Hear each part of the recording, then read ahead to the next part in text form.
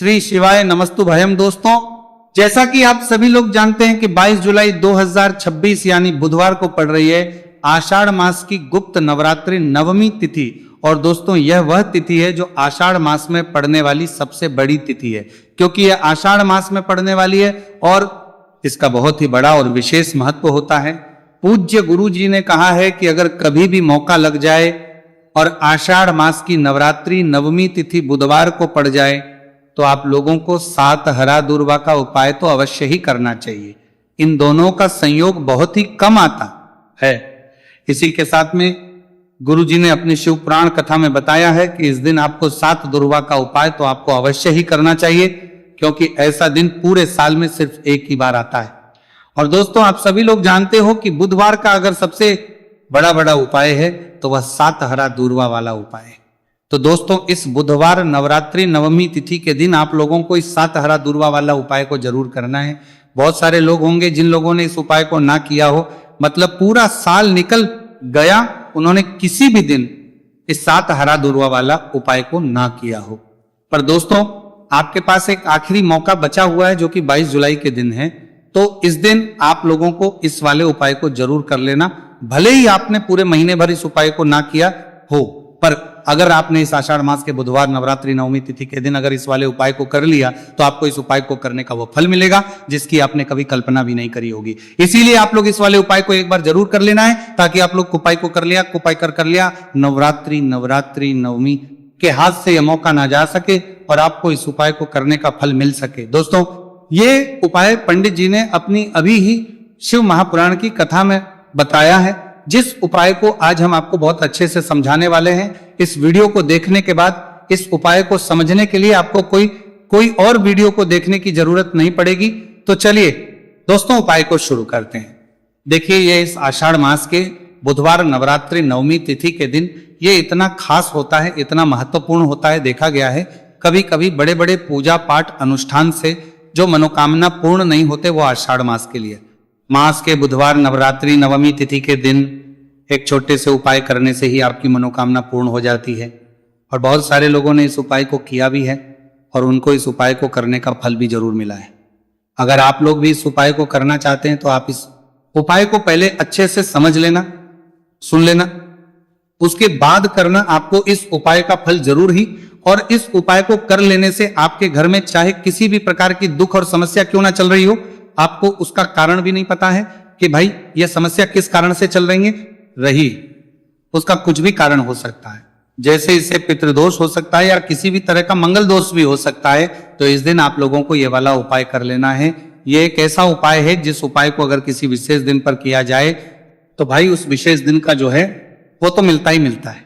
पर हमने उस दिन पर इस उपाय को किया है तो हमें उससे भी बड़ा फल मिलता है, और फल बहुत जल्दी मिलता है, क्योंकि आप इस उपाय को बहुत ही बड़े और विशेष दिन पर कर रहे हो। तो चलिए अब उपाय के बारे में बात करते हैं, लेकिन उससे पहले आप लोगों को यह जानना आवश्यक है कि आखिर ये उपाय किस समय करना है, किसको करना है और कैसे करना है। तो चलिए हम आगे आपको वीडियो में एक एक करके बता देते हैं। उससे पहले अगर आप लोग हमारे चैनल पर पहली बार हैं तो हमारे चैनल को सब्सक्राइब करना ना भूलें, और अगर आपके पास कोई सवाल है तो आप हमें कमेंट बॉक्स में बता सकते हैं। और अगर आपको हमारा वीडियो पसंद आया है तो आप हमें लाइक और शेयर करना ना भूलें।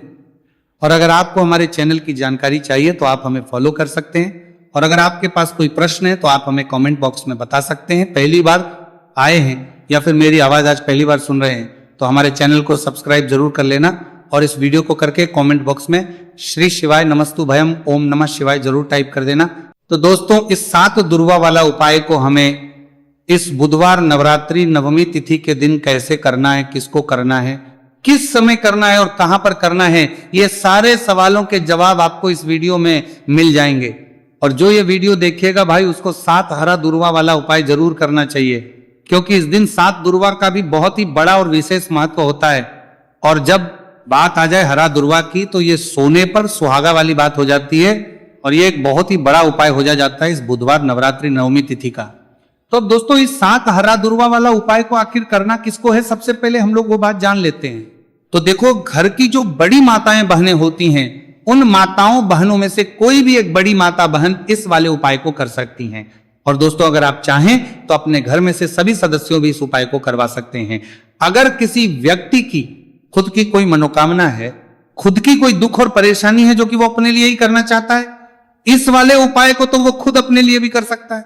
बाकी अगर कोई घर में से ऐसा है जो कि अपने पूरे घर परिवार की सुख और शांति के लिए ये वाला उपाय करना चाहता है, तो भाई वो भी करना सकता है, उसमें भी कोई दिक्कत वाली बात नहीं है।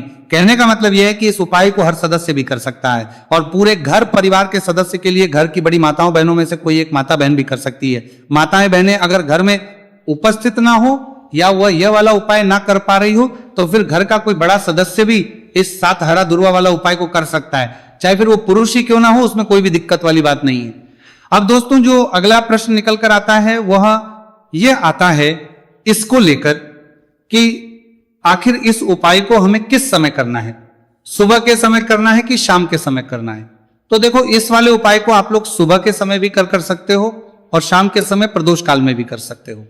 अब अगर आप पूछो कि भाई सबसे उत्तम समय कौन सा रहेगा इस 7 हरा दूर्वा वाला उपाय को करने का, तो हम आपसे बस यही कहेंगे कि इस उपाय को आप सुबह के समय करेंगे तो ज्यादा बेहतर होगा।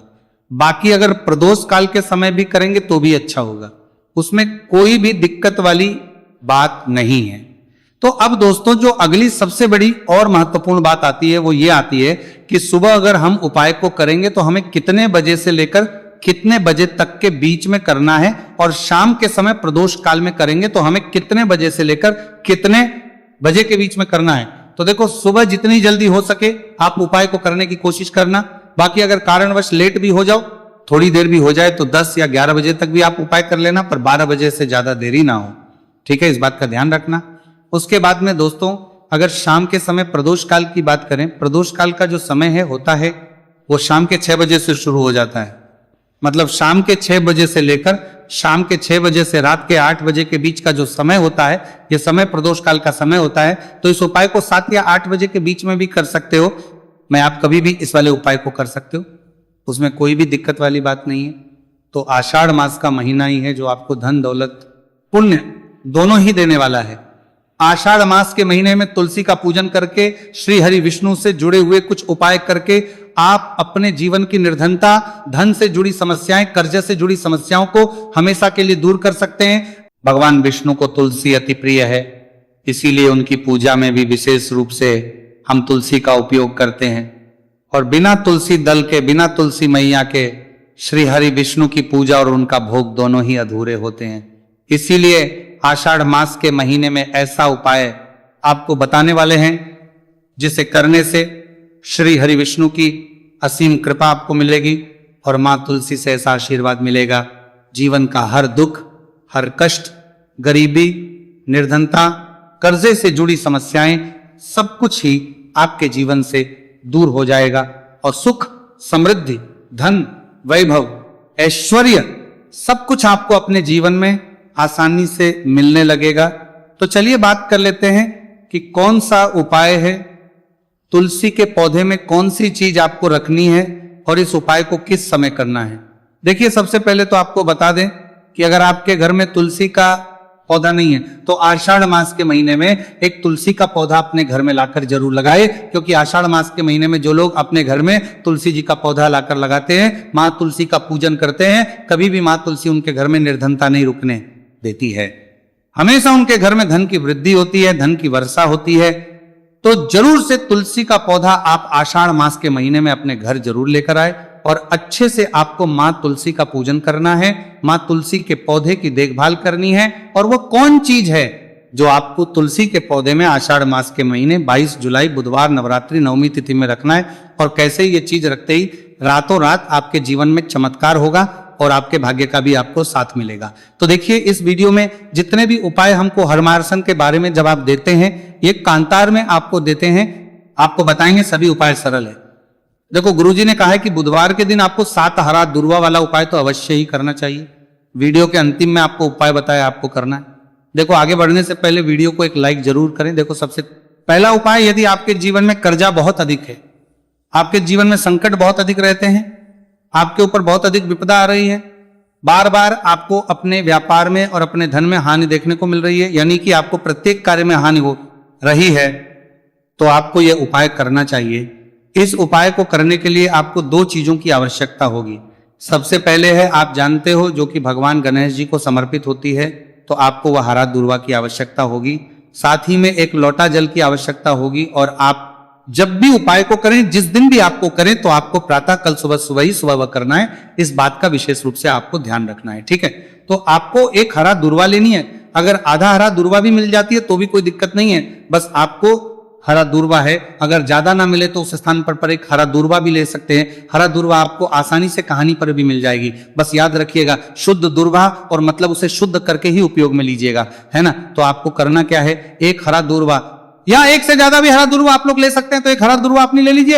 एक हरा दूर्वा के साथ में आप एक लोटा जल ले लीजिए, और इन दोनों ही चीजों को लेकर शिवाजी के मंदिर पहुंच जाइए। जी के मंदिर पहुंचकर सबसे पहले आप शिवाजी के पास में बैठा जाइए। शिवाजी के पास में बैठने के बाद जो शिवाजी की शिवलिंग होगी, शिवलिंग के ऊपर सबसे पहले आपको यह दूर्वा को समर्पित करना है। दूर्वा को कुछ इस प्रकार से समर्पित करना है कि जो दूर्वा की दांडी का मुख होगा वो जलधारी की तरफ हो, जहां से जल नीचे करता है ना। और जो हरा दूर्वा का मिला हुआ भाग होगा वो अपने आप शिवाजी के पीछे की तरफ हो जाएगा, ठीक है। तो इस प्रकार से ये हरा दूर्वा का, ये दूर्वा आपको भगवान शिवाजी का शिवलिंग के ऊपर समर्पित करनी है।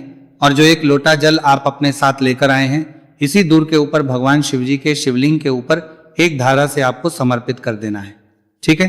जो कारिक पर आपको कारिक पर मानते के, अब यहां पर देखने बात यह है कि यह उपाय इस व्यक्ति को करना है जिस व्यक्ति की नौकरी नहीं लग रही हो, जो व्यक्ति परीक्षा में पास होना चाहता हो, तो इस व्यक्ति को अपने हाथों से इस उपाय करना है, तभी उपाय कम करेगा, ठीक है। उपाय को करने के बाद आपको 3 महीने उपाय आपको कब तक करना है, जब तक कि आपकी नौकरी ना जाए। जब तक आप इस उपाय को नियम के साथ करो, आपकी नौकरी जरूर लगेगी। अब बात करते हैं दूसरे उपाय के बारे में। तो देखिए, दूसरे उपाय जो है, देखिए, इस उपाय के लिए आपको मात्र 1 लौंग का जोड़ा लेना है, यानी कि 2 फूल वाली लौंग लेनी है। साथ में आपको मात्र थोड़ा सा शहद लेना होगा, और इसी के साथ में आपको तांबे के पात्र अंदर शुद्ध जल लेना होगा। अब देखिए, इन सभी सामग्रियों को लेकर के आपको भगवान शिव के मंदिर में पहुंच जाना है। देखिए, ये उपाय आप सुबह से लेकर शाम तक कर सकते हैं। तो वो सबसे पहले तो आपके पास जो 2 फूल वाली लौंग है, उन्हें आपको शहद के अंदर अच्छे से डुबो है, यानी कि दोनों लौंग पर आपको अच्छे से शहद का लेपन कर देना है। अब आपको जो आपके पास एक लौटा जल है, सबसे पहले तो उसे शिवलिंग पर धीरे धीरे समर्पित करना है, और श्री शिवाय नमस्तु भयम इसका जाप करते हुए समर्पित कर देना है। अब आपके पास जो 2 फूल वाली लौंग है शहद से, उसे आपको शिवलिंग पर अर्पित करना है, और आपको प्रार्थना करनी है कि जीवन में जो रोग की स्थिति है वह समाप्त हो, जीवन के जो संकट और समस्याएं हैं वह सभी समाप्त हो, जीवन से जो कर्ज की समस्या है वह समाप्त हो। इस प्रकार से प्रार्थना करते हुए ये जो 2 फूल वाली लौंग ही शहद संयुक्त है, इस आपको शिवलिंग पर अर्पित कर देनी है। आपकी जो भी समस्या होगी इस बुधवार के दिन अवश्य ही समाप्त हो जाएगी। तो इस प्रकार से आपको पहला उपाय करना है। अब हम बात कर लेते हैं दूसरे उपाय के बारे में। देखिए, ये उपाय आपके लिए सर्वश्रेष्ठ होने वाला है। देखिए, इस उपाय के लिए आपको चाहिए होंगे 5 हरा मूंग के दाने, और मूंग के दाने कहीं से भी खंडित नहीं होने चाहिए, इस बात का ध्यान रखें। और इसी के साथ मैं आपको एक तांबे के पात्र के अंदर अपने घर से शुद्ध जल, 1 लोटा जल ले लेना है। अब दोस्तों, इन सभी सामग्रियों को लेकर के आपको सीधे पहुंच जाना है भगवान शिव के मंदिर में। देखिए, इस उपाय को भी आप सुबह भी कर सकते हैं और शाम के समय में भी कर सकते हैं। देखिए, भगवान शिव के मंदिर में पहुंचने के बाद आपके पास जो 5 हरे मूंग हैं, उनमें से पहला जो हरा मूंग है, आपको शिवलिंग के सामने जो नंदी महाराज होते हैं और उनका जो पैर उठा हुआ होता है, वहां पर आपको पहला हरा मूंग समर्पित करते हैं, और आपको श्री शिवाय नमस्तु भयम इसका जाप कर लेना है। फिर आपको दूसरा हरा मूंग लेना है, और शिवलिंग पर जो श्री गणेश जी वाला स्थान होता है, वहां पर आपको यह दूसरा हरा मूंग समर्पित कर देना है। यानी कि शिवलिंग के सीधे तरफ आपको यह दूसरा हरा मूंग समर्पित करना है, और फिर आपको ओम गण गणपते नमः या फिर ओम श्री गणेशाय नमः इसका जाप कर लेना है। तीसरा हरा मूंग का दाना आपको भगवान शिव की सबसे प्रिय पुत्री माता अशोक सुंदरी वाले स्थान पर समर्पित करना। शिवलिंग की जो जलाधारी होती है, जहां से जल बह करके आता है, उसी जलाधारी के बीच में जो कहीं कहीं उठी हुई लाइन होती है सांप की आकृति के रूप में, वहीं पर आपको तीसरा हरा मूंग समर्पित करना है, और फिर आपको ओम नमः शिवाय इसका जाप कर लेना है। अब दोस्तों, चौथा जो हरा मूंग है उसे आपको भगवान कार्तिकेय जी का जो स्थान होता है शिवलिंग पर, वहां पर आपको ये चौथा हरा मूंग का दाना समर्पित कर देना है, और आप ओम नमः शिवाय इसका जाप कर लेना है। अब दोस्तों, आपके पास जो 5वां और अंतिम हरा मूंग बचा हुआ है, उससे आपको उससे जल के पात्र के अंदर डाल देना है, और इस हरे मूंग से युक्त जल से आपको भगवान शिव के शिवलिंग का अभिषेक कर देना है। जल आपको बिल्कुल धीरे धीरे समर्पित करते जाना है और लगातार आपको शिव महापुराण के मूल श्री शिवाय नमस्तुभयम इसका जाप करते रहना है। फिर आपको शिवलिंग के आगे बैठकर, यदि आप अपने बच्चों के लिए यह उपाय कर रहे हैं, यदि आप अपने बच्चों की बुद्धि ज्ञान और विवेक के लिए उपाय कर रहे हैं, तो उसके लिए आपको प्रार्थना कर रहे हैं लेनी है। या फिर व्यापार में वृद्धि करने के लिए ये उपाय कर रहे हैं तो उसकी कामना करते हुए आपको प्रार्थना कर लेनी है। या फिर अपनी नौकरी के लिए कर रहे हैं, या फिर अपने इंटरव्यू के लिए, या फिर धन की प्राप्ति के लिए कर रहे हैं, जिस भी कामना के लिए आप उपाय कर रहे हैं उसे परिपूर्ण करने के आपको महादेव से प्रार्थना कर लेनी है और फिर आपको वापस अपने घर आ जाना है। पूज्य गुरु जी ने कहा है कि जो भी व्यक्ति इस उपाय को कर लेता है तो यकीन मानिए आपके जीवन की जो सारे संकट, कष्ट और बाधाएं ही वह सभी समाप्त होंगे। अब हम बात करते हैं अगले उपाय की। इस उपाय के लिए आपको एक दीपक लेना है। दीपक आप मिट्टी का भी ले सकते हैं और शुद्ध आटा मढ़कर उसका दीपक भी आप तैयार कर सकते हैं। अंदर गोल बाती का प्रयोग करना है और दीपक के अंदर आपको शुद्ध घी का प्रयोग करना है। इसी के साथ में आपको मात्र एक फूल वाली लौंग लेनी होगी। अब ये एक दीपक और एक फूल वाली लौंग लेकर के सीधा आपको पहुंचना होगा बरगद के वृक्ष के। वहां पर देखिए, सबसे पहले तो आपके पास जो एक फूल वाली लौंग है उसे आपको बरगद के वृक्ष की जड़ में समर्पित करना है। देखिए, अगर आपके जीवन में कोई भी बड़ा संकट आने वाला है, कोई बड़ा कष्ट आने वाला, तो वह इस उपाय के माध्यम से दूर होने वाला है। महादेव की विशेष कृपा रहेगी कि जो भी संकट आपके जीवन में आने वाला होगा वो भी दूर हो जाएगा। तो आपको एक लौंग समर्पित करनी है बरगद के वृक्ष की जड़ में और वहीं पर आपको जो है गोल बाती वाला दीपक जो आप लेकर के गए हैं उससे भी वहां पर प्रज्वलित कर देना है। वटकेश्वर महादेव का स्मरण करते हुए देखिए, जब भी आपको जीवन में साल लगने लगे कि आपके जीवन में कुछ भी अच्छा नहीं चल रहा है, तब भी आपको इस प्रकार उपाय करना है। तो इस प्रकार से आपको यह उपाय करना है। अब हम जान लेते हैं चौथे विशेष उपाय के बारे में। देखें, यदि आपके विवाह में, शादी में कोई भी समस्या आ रही है, यदि आपका जो कर्ज है वह दिन पर दिन बढ़ते ही जा रहा है, तो आपको ये चमत्कारी उपाय करना चाहिए। कोई भी समस्या अगर जीवन में है तो उसे दूर करने के लिए आपको इस उपाय करना चाहिए। मंगल दोष से जुड़ी हुई समस्या भी है तब आपको यह उपाय करना चाहिए। देखिए, इस उपाय के लिए आपको एक तांबे के पात्र के अंदर अपने घर से शुद्ध जल लेना है और इसी के साथ में आपको एक चुटकी लाल चंदन लेना होगा। अब आपको क्या करना है कि जो लाल चंदन आपने लिया है उसे आपको उससे जल के पात्र के अंदर डाल देना है और ये जल जो है आपको लाल चंदन से युक्त तैयार कर लेना है और ये लाल चंदन से युक्त जल आपको भगवान शिव के मंदिर में लेकर के पहुंचना है। लेकिन उपाय भी आप सुबह से लेकर के शाम तक कर सकते हैं। अब दोस्तों, ये जो लाल चंदन से युक्त जल है इससे आपको भगवान शिव के शिवलिंग पर धीरे धीरे अर्पित कर देना है और आपको लगातार श्री शिवाय नमस्तुभयम इसका जाप करते रहना है। देखिए, यदि आपके जीवन में विवाह से जुड़ी समस्या चल रही है तो आपको मंगलेश्वर महादेव का स्मरण करना है और जीवन में अधिक कर्ज की समस्या है तो आपको आर्यन मुक्तेश्वर महादेव का स्मरण करना है। देखना, एक दिन आपकी सब तरह की समस्या जल्दी ही समाप्त हो जाएगी। तो इस प्रकार से आपको ये चौथा उपाय करना है। अब हम जान लेते हैं। तो दोस्तों,